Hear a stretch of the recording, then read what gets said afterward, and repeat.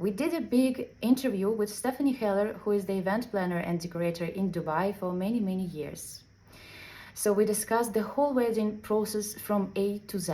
For example, how to make a wedding a dream come true, or what's the fundamental things for each wedding, or how to avoid mistakes, which leads actually to a wedding failure. And much, much more we discussed there. Enjoy watching. Don't forget to subscribe. See you there.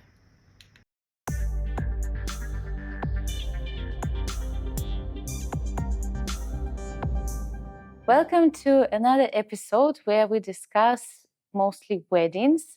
And of course, I have the expert in weddings, event planner, Stefanie Heller. The company name is Gem Wedding Planner. Stefanie, welcome to our podcast. I'm very happy that you're here. Thank you for being my guest, and we're here in your office. I'm very happy to be here. Thank you. With you. So actually, we know each other already a couple of years or maybe more. Well, maybe not the right word for the people who will watch it, because we work a lot together. Yes, correct. But we not talk, we work. No, we also talk. We talk. But not too much. But on the professional language, I would say, which most of the time is silent, because actually everyone knows their duty and everyone is busy with their work. Yeah. So that's true. So actually, let's start. You will tell us a little bit about yourself. You are from? Yeah, I'm from Germany, but I'm living in Dubai for 18 years. 18 years? Yes. I didn't know that. Really? Yeah, 18 years. Can you believe it? And I founded my company like 16 years ago. I started in Abu Dhabi and then I moved to Dubai because I figured that most of the things, the big events, everything is happening in Dubai. So I moved here and I have my company now in Dubai for actually 12 years. And I started from scratch. I came to Dubai back then with one luggage and 100 euro in my pocket. And really? Yes. I thought you've been the wedding planner in Germany first, and then you brought your business to Dubai. No, I always worked in events. Okay. But I started really with a small job. And then I got married, I got kids, and then I figured, yeah, let's try something on my own. Oh my God, you're almost local here. Yeah. And then I started really from zero with nothing, like literally just with a little website and really running around trying to grow the business. And it was really from zero. And then I started with corporate events, with entertainment, and then I came into weddings. I started by buying a couple of Decor candelabras for the tables, and I stored it in my little garage. I went to the weddings, assembled it myself in the beginning. So yeah, it was really like it was a long way. And when I look back, I'm actually sometimes I still cannot believe it myself that it went that well, you know. Yeah, because right now I understand you kind of a person, because I know a lot of different event planners and everything. So everyone is individual and interesting, but you have this point like there is no problem for you, or no big, like you can do everything. Yeah. This is what I feel like. There is no problems. You can solve anything easily. You know, this is actually the same way I grew the business from zero to what it is now. It's also with how you are handling weddings. Like I remember back then, I'll be honest with you, like 8-10 years ago, I was overwhelmed with some things happening. And I think this is included in growing a company. It's growing the experience, because with whatever went wrong, I learned. And you know, you it's what they say. You can only win. If you want to win, you have to have failures. Yes. And only failures will make you what you are in the end. You get the experience. Exactly. And the experience, nothing can be... But experience cannot be learned. Yes, Nobody no. can come and tell you, okay, if you're a wedding planner, you have to learn that this can happen, this can... No, it will not sink in. No. It will only sink in when it actually happened to you. And believe me, I think everything possible happened to me. Like literally everything, like I swear. And now I remember 10 years ago, I would panic if something happened. Yes. Now if something, I mean, look, also when you experience, you know in advance what to look out for, so it wouldn't happen, you know? So the more you get experienced, the less things happening because you already know what could happen. Mm-hmm. But even if there's a small thing happening, you know, it can happen always. It's humans, right? Yes. There are so many humans involved, and always things can go wrong. I mean, small things, thankfully, only small things. But then you are like, you're so calm, like you change your mindset. You start from not panicking to really like, okay, this is what it is. What we're gonna do, and I think what I learned the most in this 12 years is being a problem solver. Mm-hmm. You know, like even with my kids, if they have a problem, I immediately be calm and I think, what is the solution? You know, what can we do?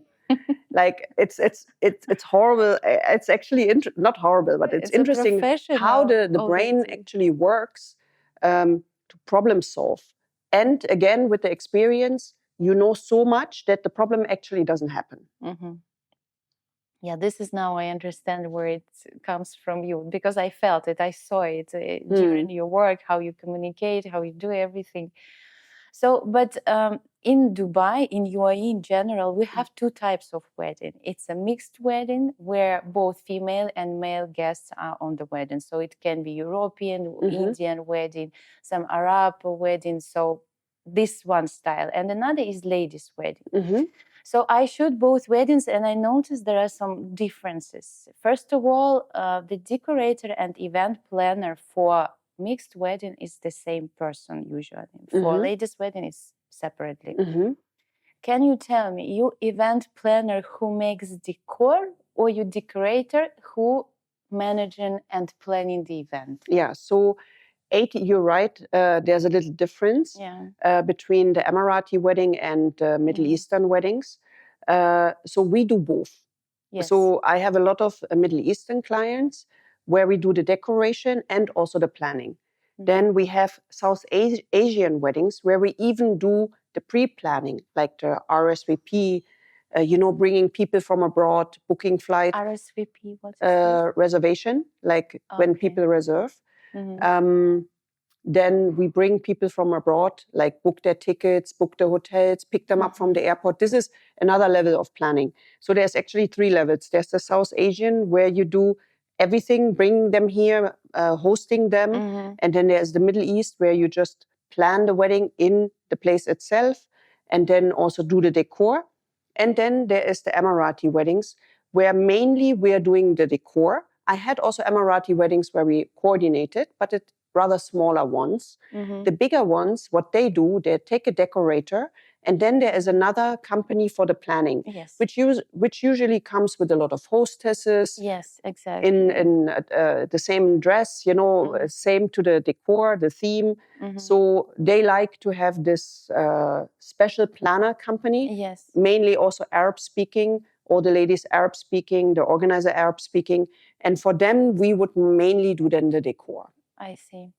But the decoration for European style weddings and for Arab weddings, or let's say Emirati weddings, it's different way, the decoration, or it's pretty much the same? Or maybe you tell me different way. Maybe there is certain level of decoration, like this is the level 1, level 2, level 3. Maybe so exist. It's quite interesting because mainly we have very elaborate weddings in Dubai. So usually what like, let's start with the Middle Eastern. Usually they have that stage, right? The stage where the couple sits on the sofa.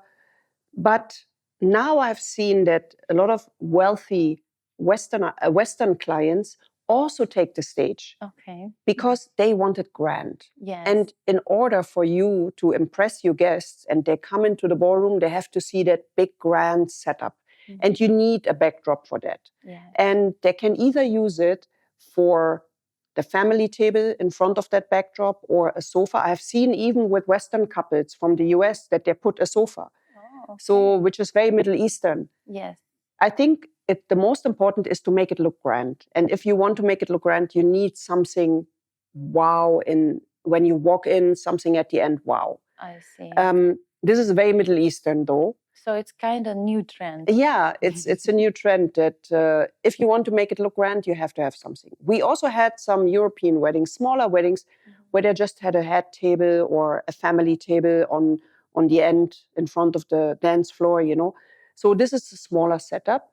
But even then, you need something in the back. I always tell the guests or the clients, the brides, if you want to make it look nice, you have to walk in and something has to be for the people to see. Yeah. If there's just a wall and just tables, it will look like a birthday. Yes. You know, true. It will look like not corporate event, but like a birthday party. So this is what I tell people. Of course, the Emiratis, they have huge stages. The difference is that the stage has to be as big as possible, possibly the whole ballroom wall, yes. Let's say 40 meters, like the average stage size of the Middle Eastern, like let's say Lebanese, Palestinian, Syrian, they're like 16 meters. But for Emiratis, it has to be big. It has to be 30 meter plus. And it can be empty, by the way. They don't like a lot of decor. Just the stage has to be big. Right. So you have, because I thought that you actually built your business in Germany and then relocated. And I was thinking, but also being on your wedding, photograph your wedding, you have a lot of Western clients. Those clients, or most of your clients, they want to have a wedding in UAE. That's why they come here to have it, but barely know UAE. Or those clients lives here and they're familiar with Dubai. So I would say 70% local clients, so expats.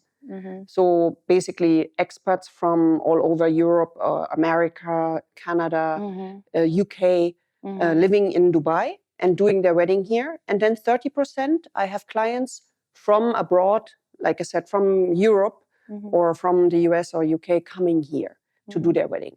Lots of them are regular visitors. They love Dubai. They have seen it. They just like the vibe, the beach, the luxurious lifestyle. So they want to come here to have a grand wedding. Because in Germany, for example, you can't have a wedding like you have here in Dubai. Yeah, this is my second question, actually. No, you cannot. People in Germany, they go whatever to the restaurant, Italian.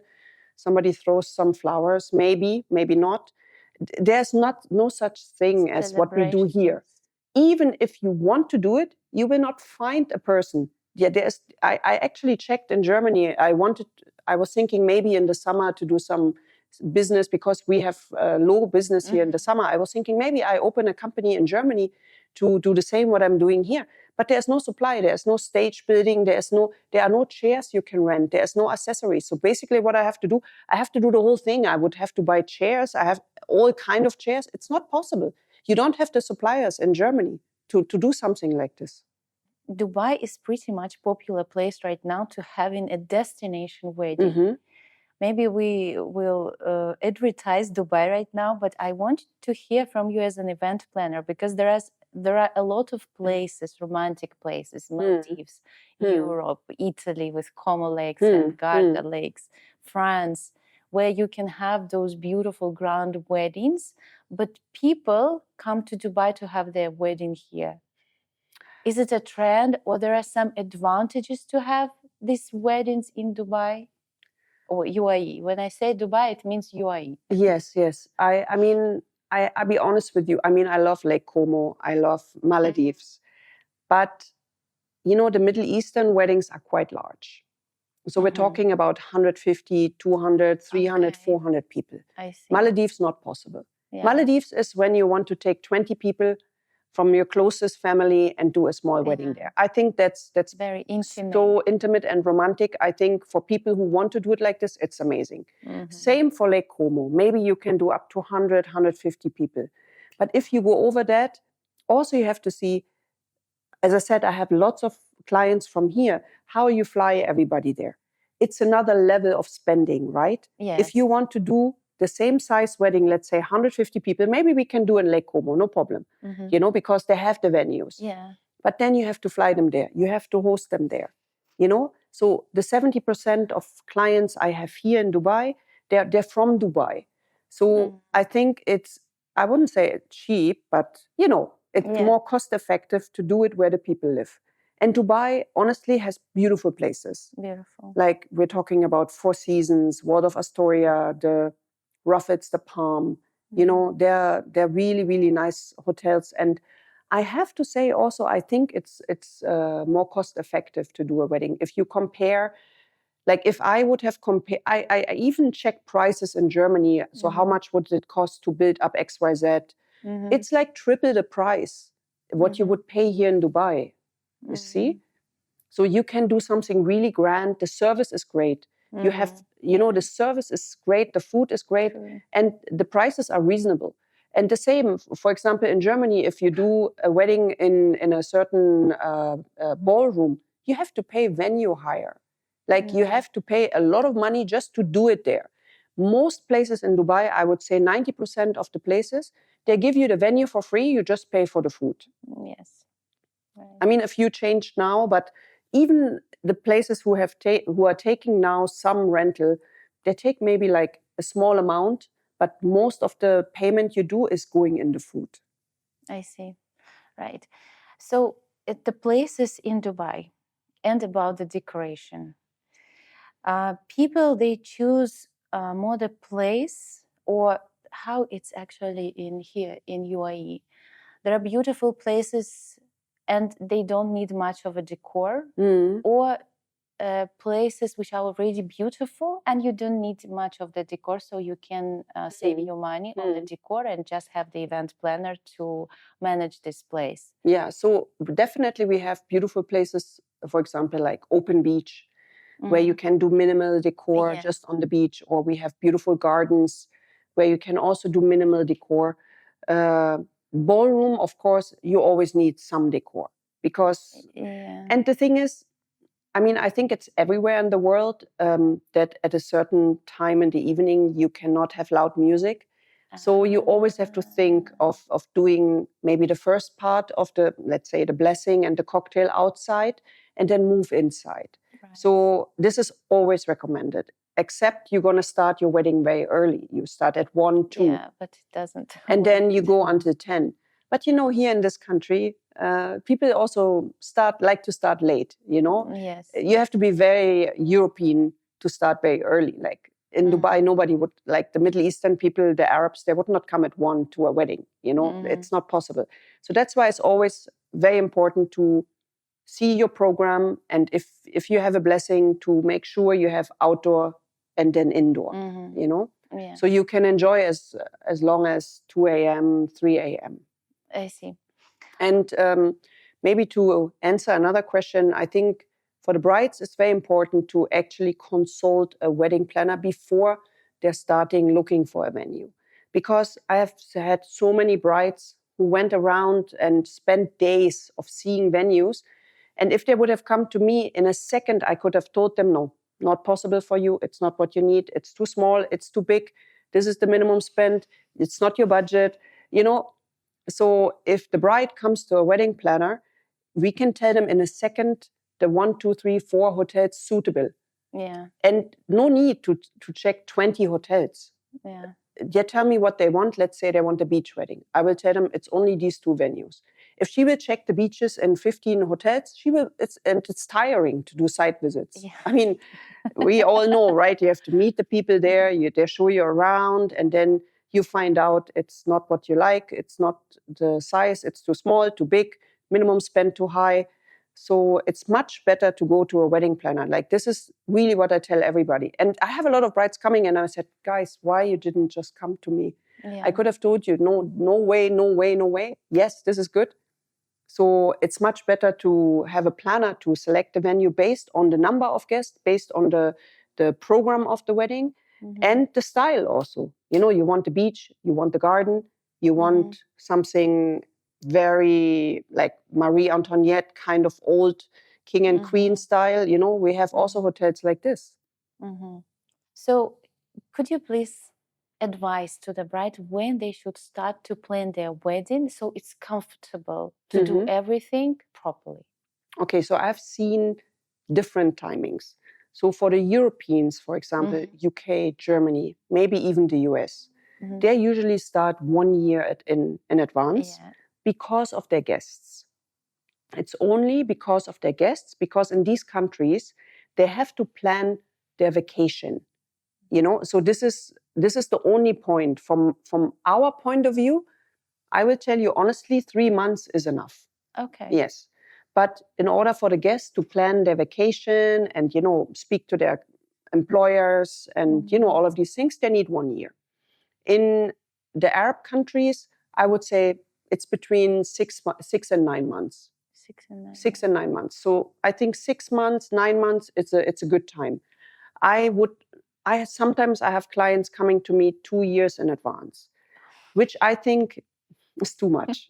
First of all, the venues will not give you the contract before 1 year in advance. I see. The price, they don't know. No, they don't know. Maybe the price will change, the menus will change. So only 1 year in advance you can book the venue. So I think the maximum you should start is 1 year. Also for the planning, honestly, what you like now, you might not like in 2 years. Yeah, exactly. And I think it's too long. So you're saying 6 to 9 months. What takes the longest for the wedding to be prepared? So like we are working very fast. Like I had a huge wedding for like in the Four Seasons, which I planned in 1 week. You shut that one, by the way. Yeah. You remember the Bangladeshi wedding? Yes. The big gold one. Yeah, and this was planned in 1 week. I remember, yes. Remember? I remember, yes. So from our side, really, I can do comfortably a wedding in 3 weeks. Comfortably. With production. Okay, if it's like big production or we have to order some decor from abroad, because in Dubai it's very difficult to buy. But mainly we have everything here. In most of the cases, like 90% of the cases, we have everything here. So comfortably, I can do 3 weeks, 4 weeks comfortably. Even if it's on the spot, I can do 1 week, like we did for the Bangladeshi. I have no idea how you did. I know, and we did even the renders. We did renders for them. Even we showed them the setup. But I was producing already while doing the renders. Like it was crazy. But it went well. And I like to use this example for lots of my clients to say, look, because people get nervous. They're like, do we have enough time, like 3 months before? And I'm like, guys, look at this wedding I did in 1 week, you know? So if you ask me what takes the longest time is actually to find the design, what the bride likes. The idea, the setup, what decor we're using. After this is decided, 1 week. What about the dress? I heard the wedding dress can take really long time. So I'm mainly, honestly, not involved in the dress because this is usually done by the bride. I see. But you're right. You should always check with your dress designer, the one you like, how much time they need. I heard maybe some take 3 months, 6 months. So yes, the bride should definitely in advance check for the dress. So you're not involved in the process of the dress, right? We have, like, if the bride comes to me and says, do you know any good dress designer in Dubai?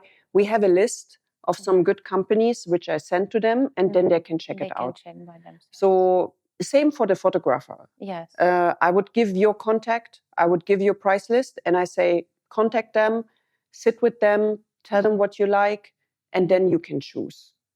I see. Because you are more professional and you will be able to answer questions. Exactly. I would be only able to answer the basic questions, which I learned from being in weddings with you. Right. When the wedding starts, there is many things, like it starts with hairdresser, makeup artist, dress people who are responsible for the dress maybe, and slowly going further. So how do you manage it? Are you involved in the process where you advise the time when the hairstylist and makeup artist should arrive and not later than that? Yes. So what we do way in advance of the wedding, we do a timeline of the whole wedding day. This is timed by the minute. So like, for example, you mentioned makeup artist. So I would check how long does the makeup artist need to do the makeup or the hair, the hairstylist. And then I will time it exactly. So the makeup needs to start at that time. So then the photographer can come and take the photos. This is all planned by the minute from the early morning until the wedding finished.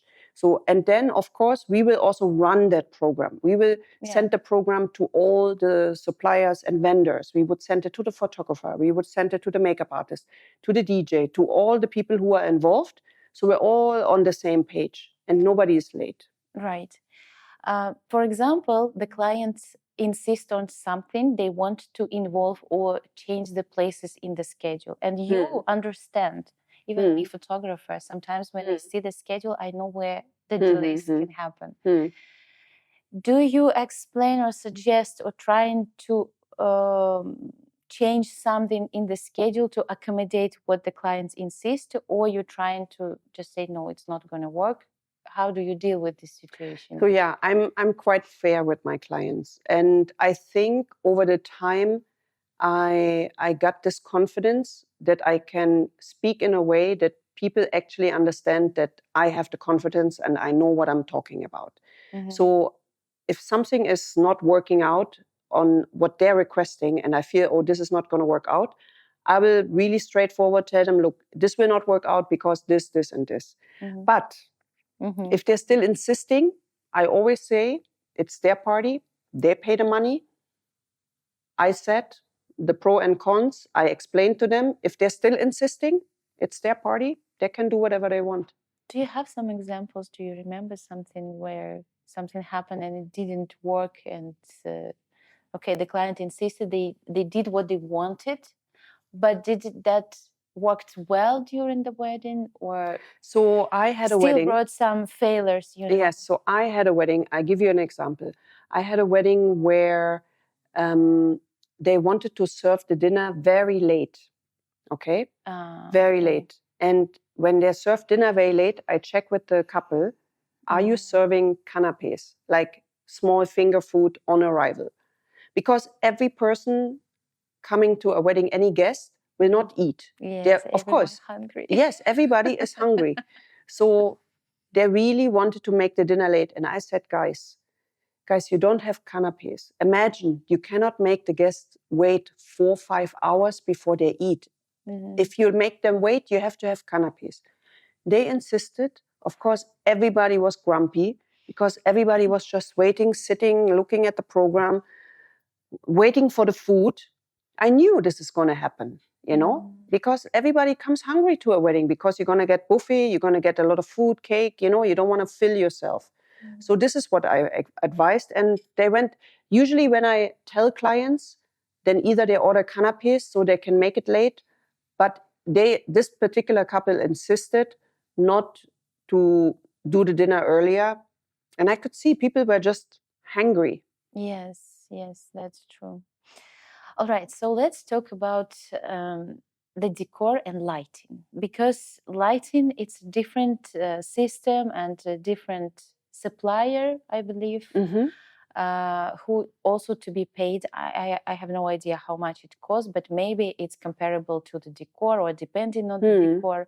Would you compromise on the lighting when you discuss the budget with the client? What should be spent where?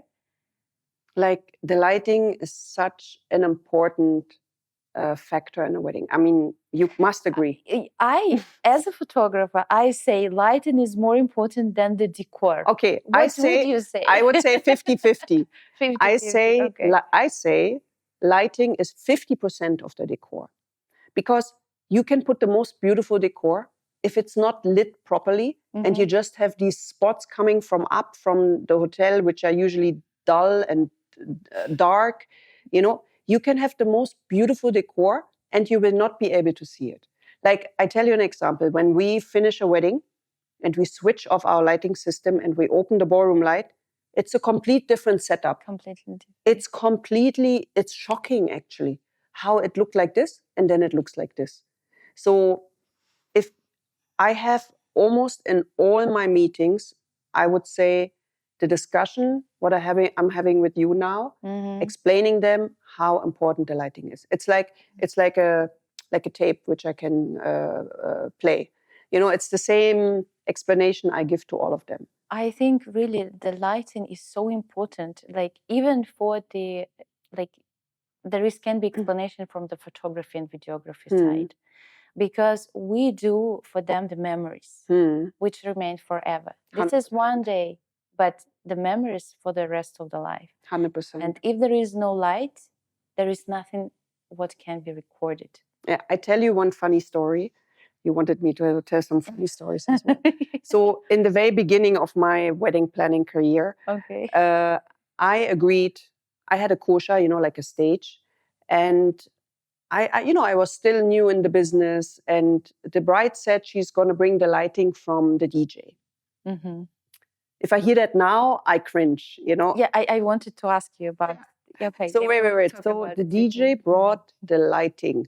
Yeah. So he put. You're gonna cry, by the way. You're gonna cry. Okay. He put one light. She was sitting on the sofa on the stage, right? And he put one light from here and one light from here. So what happened? She had the shade from the nose here, and from this light she had the shade from the nose here. It was horrific, and I think this is one of my lessons, which I tick marked. Yes. That now I'm so strict. Like honestly, if people don't take lighting, I will not do the wedding, because the pictures will be horrible.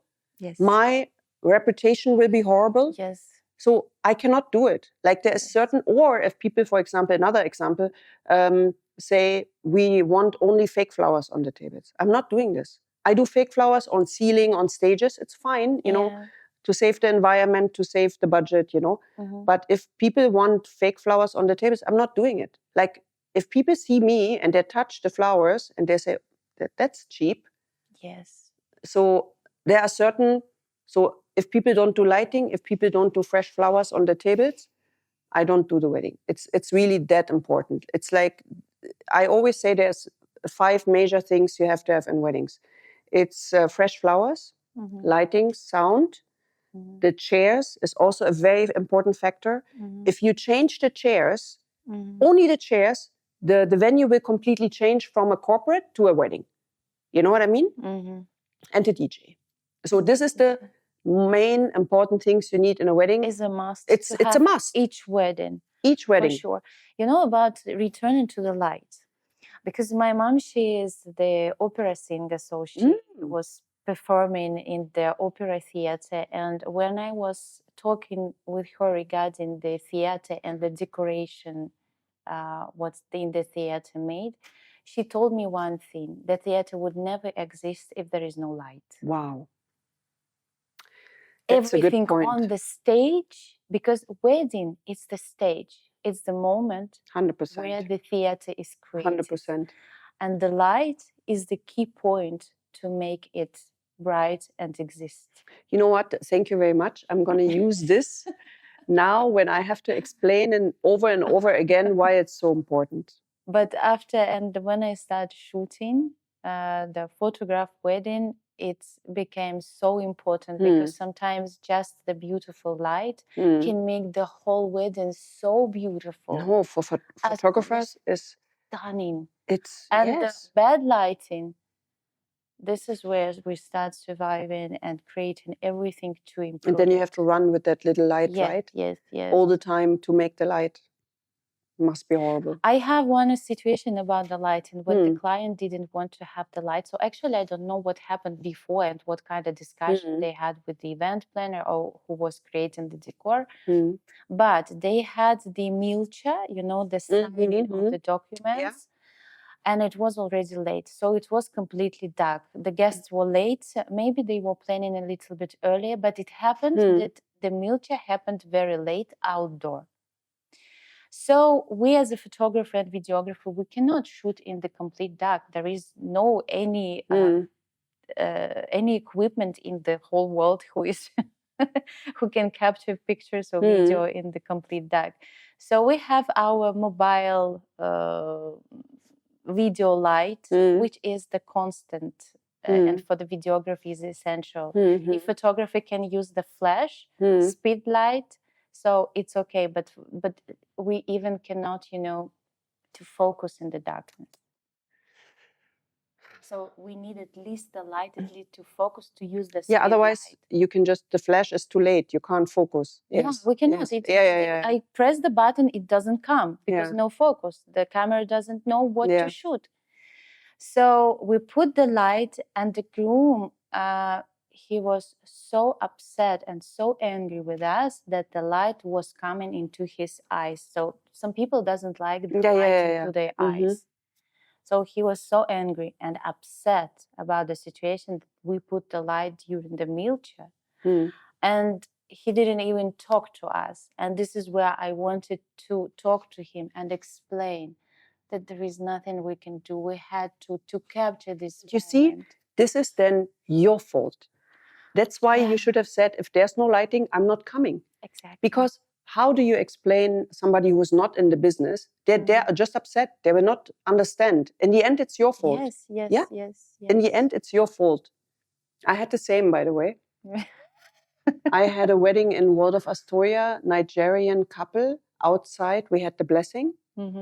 And then inside they had the reception, so we had lighting inside.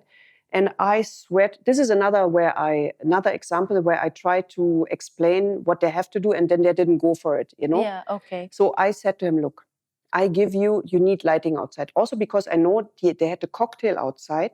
So when the sun sets, you need to have some ambience light, So I gave him a dead cheap price for the lighting. I gave him really couldn't believe, I just wanted to get it over with, that he takes it.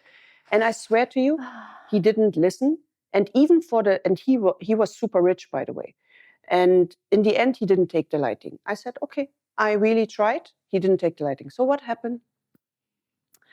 All of the people were late. Nigerians, unfortunately, you can know at least they're coming 2-3 hours late. You have at 3 the blessing, they will come at 6. So they came, when the bride entered, it was pitch black outside. Oh my God. And then just 1 hour before sunset, the brother of the groom came to me and said, can we get some light? And I'm like, no, you cannot just get some light. He said, can't you drive to Dragon Mart and buy some lights? I'm like, man, setting up lighting will take 3-4 hours. It's not like buy some light. And it was 200 people outside. 200 people with a big gazebo and everything. It was a ceremony? It was a ceremony.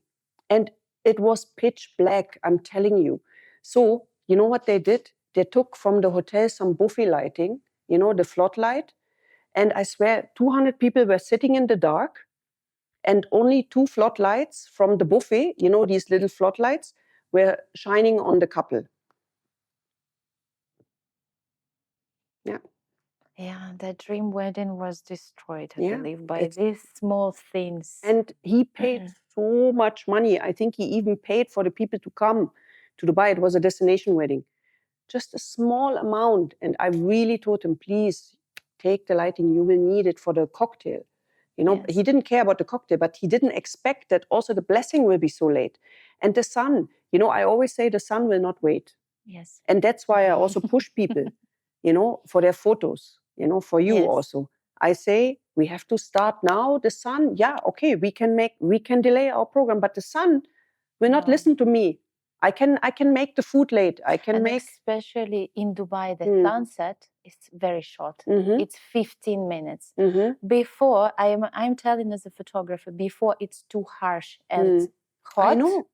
Then 15 minutes, that golden light, and after that it's red light, which we cannot change on our cameras in any possible way. It's not possible. And then it's dark. So in Dubai, the sunset is very short, 15 minutes. I know this for you guys. That's why sometimes I drag people out. I'm like shouting, let's go, let's go. Because, I mean, people in that moment, who are not in the business, they might not know. Yes, and they might later regret and maybe even blame me. So in order to avoid any blame, I sometimes really I drag them by the hand to rush them, you know. Yes, about vendors and suppliers. Do you accept when the clients want to bring their own vendor as supplier and you don't know who is this? Straight, no. Because again, you know, again, it's all, I have seen things happening. And, you know, I have my own vendors, which I use for years. And even me as a professional, I wouldn't try another company just in somebody's wedding. I would be too scared to try a new supplier. You know what I mean? I stick to the people I know and they're good. And because I have tried them so many times. And I had suppliers coming shocking. And in the end, it will come on me because the guest will not know that the bride told another supplier to do X, Y, Z in the wedding, you know? Do you have a sample? Okay, I had, it's actually quite interesting because usually I allow DJs. And allow DJs? Which I don't know. So one time I had, it was an Egyptian, Nigerian African wedding. I think she was Nigerian. So it was like Egyptian Nigerian. So we had a mixed crowd and they got their own DJ. They were on a budget. So I gave them a DJ, Arabic, you know, he can play also some Nigerian songs if the bride gives them, you know. And he came first, he came in a tight t-shirt, like a, not even a polo, like a cheap t-shirt. And he was too fat. So the t-shirt was like over his stomach, you know, it was really the look. And I think he came in some sandals, you know. I thought he is not even the guy who carries the speakers, you know, but he was the DJ. So then he played the whole night African music. And all Egyptians were sitting with the long face. And even me, I mean, I don't speak Arabic. I was like, do you know the song El Tanura? You know, I was like trying to help to play some music for the Egyptians. And he's like, he gave me the phone and I should search on YouTube. But I don't speak, I don't write Arabic, you know? Yeah. So, okay, the whole Egyptians were upset. And and probably they thought, it's my fault, it's my DJ. Or one time I had a house DJ from a club, also dangerous. Because wedding DJs, like I know, let's say 50 DJs in Dubai, 50. Yes. Only 20 of them can do weddings. Because in weddings, you have to play music for all kind of genres because we have a lot of mixed weddings. Yeah. We have different ages. So you have to cater different ages. And you have to be willing to stick to the program the wedding planner gives you. So I had that house DJ from a club. He was amazing. Like house is my favorite music, right? I love house. And I swear when he played, I almost Shazammed all the songs he was playing. He was really, really good. But the problem was, we had the cocktail and the couple was just taking photos, you know, and then he started to play house music, like club music. And I'm like, man, this is a cocktail reception. You cannot play the music. The couple is not yet here. We're not dancing yet. This is not in the program. You know, we still have to welcome the couple back and then, you know, have dinner and then we dance. He was insisting and I'm like, turn down the music, make it. And then he turned down the music. I turned my back. He put it up again. It went like a fight. I had a fight with that guy. And in the end, I said, look, this is my wedding, okay? Like I got really upset. So the DJ was great, but he doesn't know that he has to follow a schedule. He cannot just come and play whatever he wants. You know, this is also another thing I had with the DJ. Or one time, there was, the couple also was on a budget. They said they found somebody cheaper to do the dance floor. And yeah, if you go cheap, you get what you pay for. And the dance floor finishing was terrible. I think they taped the acrylic with white tape, you know, like so you had like a crisscross on the dance floor. this would never happen in my setups, you know, but they got it a little cheaper, not even a lot cheaper, just like whatever, like 1,000, 2,000 cheaper. And they went with somebody else doing the dance floor. And yeah, it looked cheap. It was horrible.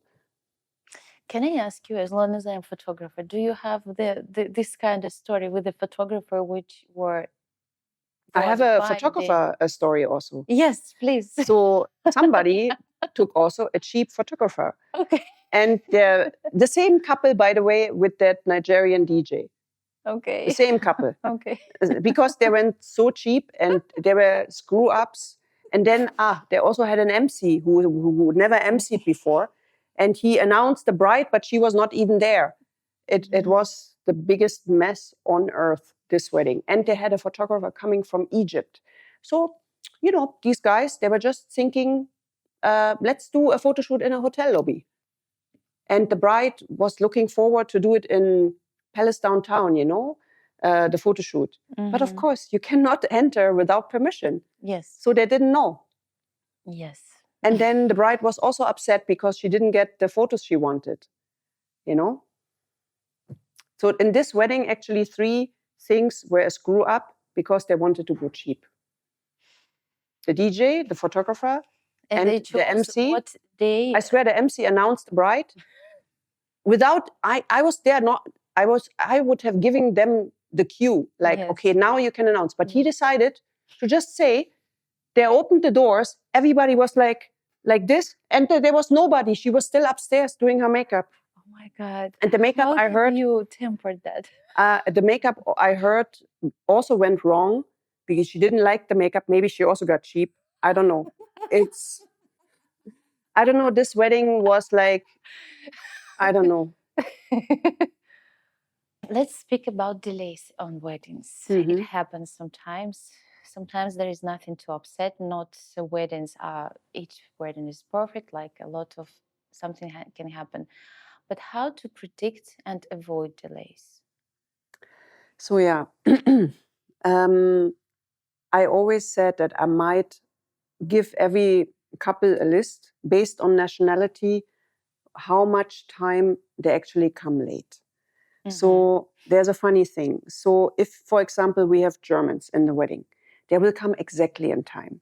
If we have Russians, they're usually half an hour early. If we have, half an hour early. British are like 15 minutes early. I'm not kidding you. It's like, I have seen it so many times. Then Arabs are 1 hour late. And then Indians or South Asian, like, you know, there might be 2 hours late. So it happened that I had a Russian-Lebanese wedding where the Russians were actually 1 hour early and the Lebanese were 1 hour late.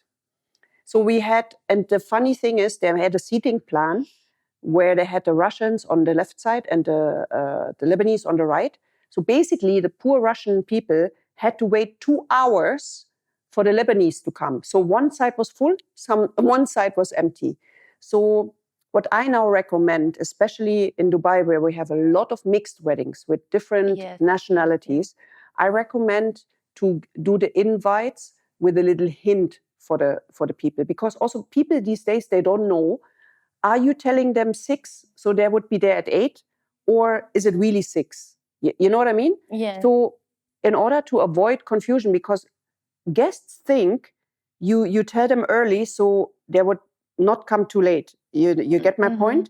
So they don't know how they are played with the time. So I recommend to put arrival time, and then I recommend to say the bride enters at that time. So people know, okay, they don't play around, you know? Are they giving us 6 p.m. so we would be there at 8? So if we come at 6, we have to wait 2 hours. Yes. But if you say 7 is cocktail reception, bride enters at 8 or 8:30, then people know, look, this is the real time. And then I can decide, do I want to come 7:30? But they will avoid coming at 9 because the bride entered already. Yes. So this is what I recommend these days when we have mixed weddings. It's kind of a solution, actually. Yeah, you have to do it because I've seen it. And obviously, when I do the schedule for clients, I know I always tell them, look, it's something it's a running order. We are always flexible to delay. Like in almost all weddings, at least the Arabic weddings, I delay the entrance of the bride because we base it on how many people are arrived. So if 80% have arrived, I say, let's go. So usually we delay 15 minutes, half an hour. But then, we are very flexible with the program. The only thing we're not flexible with is what we have told the hotel to serve the food. Because if we told them 9 p.m. is dinner, even for buffet, we can be a little bit flexible. But when it comes to set menu, you cannot change the timing. Because if we wait, the meat will be too much, overcooked. So that's why when I plan the schedule, I already think of where we have to have some buffers, that we're not having a clash with the dinner time. Would you like to advise something to our brides, to future brides? It sounds a little bit self-advertising, but I think before you start planning anything, it's always good to get a wedding planner. Like I don't know if in Dubai we have a lot of do-it-yourself brides, but the amount we are working to plan everything and the things we have to watch out for and maybe find solution, it's not possible for a bride to do it yourself. And you don't want to put it on someone of your family, your sister, your mom, to organize a wedding, because we know what comes with it, right? We know the stress, we know the details. And also on the day when you get your makeup done, you don't want to be thinking, is this guy arriving? If this is looking the way it should look, you can't do that. It's for me, being a professional, it's not possible. Not possible. So what we have explained also in the beginning of the interview is like, it starts with the venue. You can waste so much energy, so much time just checking the venues which are not suitable. So I think having a wedding planner is definitely something you should consider. Also, do your research very well. I'm not saying they should go with me, but if you take any wedding planner, you really should make your research well. Because in Dubai, there are also people who can really let you down. Like I have seen it, I've heard it from hotels, when we speak to the hotel people, like really bad things happening. And there are people who really could cheat you, and they will take your money. And mainly when you pay a little money only, don't think they will bring the world. Dubai is really like this. You get what you pay for. This is really my omen. True. It's even with the photographers. That's true. It's really, you get what you pay for. And yes, if you have a smaller budget, then maybe think of doing just a smaller wedding, but do it nice. Because in the end, it's the most important thing. And that's why we as wedding planner, we take so much responsibility on our shoulders, because it's a hit or miss, right? You cannot say, oh, let's do it tomorrow. No, it's today at that time. There's no going back. You cannot just say, okay, I will deliver next week. Let me fix it. No, you cannot. It's a one shot. And that's why it's really important to find a good wedding planner, like somebody reliable. I would recommend brides to go to the hotels, get names from the hotels, maybe the hotel where they're doing their wedding. Who can you recommend? Because they have seen it many times. We get a lot of clients, by the way, from recommendations from hotels. And I think this is the best way. Ask the people from hotel who are neutral, who don't have a gain by recommending someone. Sometimes I see this advertisement on Instagram, full wedding, flowers, stage, lighting, photographer, whatever, like 20,000 dirhams. Oh, and I'm like, this is no way on earth possible. Like even the trucks, the labor would cost almost the same what they're charging for the whole wedding. So I don't know, like I'm shocked. It should be not allowed. It should be honestly. How can you do a cheating? Some kind of cheating. You don't know where, but yes, 100 people stage, dance floor, flowers, chairs, tables, photographer, sound, light for 20,000 dirhams. Tell me how this is possible. I pay the same amount just for the florist, the laborers, and the trucks. how is this, even if they bring everything from the warehouse, it's not possible. Yes.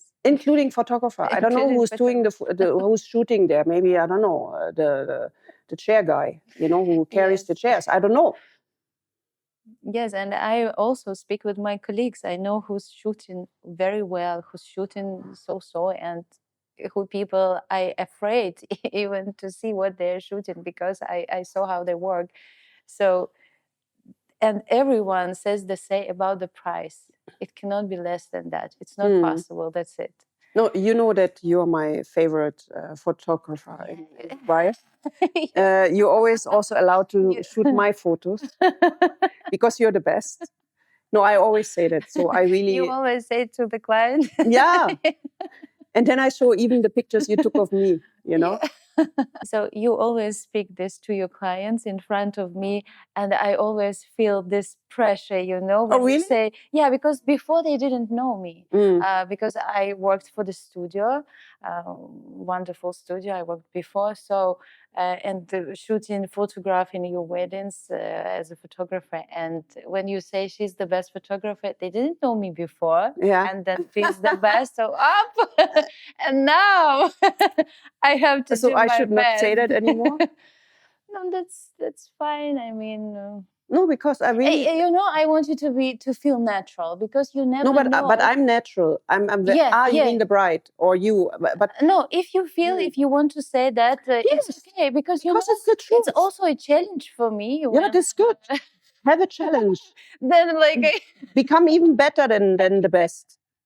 No, really, because I have seen your work, and it's just like you have that. And I remember, you know, we even take photos of me, whatever, like 3 minutes, 2 minutes, and I get the best photos ever. No, but you're wonderful model as well. No, so but like you know what to do. I know, okay, but even if I say you know, the photograph, the wedding we did for Monica and Min. Yes. Like when you took that photo with her from the back, with the bride. Ah, okay, yes. I was like, near the window. This is Anna.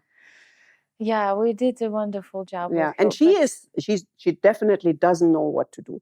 She was a bride who is not like... No, she was normal, but she's not normal. like she's a normal girl. Yeah, but you even took very good photos of her, although she wasn't. We are wedding photographers. We deal with people, not models. It's the situation, and I think that people should be natural as much as possible because the wedding, it's a history. It should be very historical moments. This is what I love, and yes. But the bride, she's beautiful. She was getting ready, so she has to have this. Wow. Yeah. Also. Yes. All right, Stefanie. Thank you very much. My for pleasure. having us to be my guest. I always have a pleasure to work with you. It's yeah, always nice when I see you that you're gonna be the photographer. I'm always happy. Okay. Thank you. Thank you, Anna.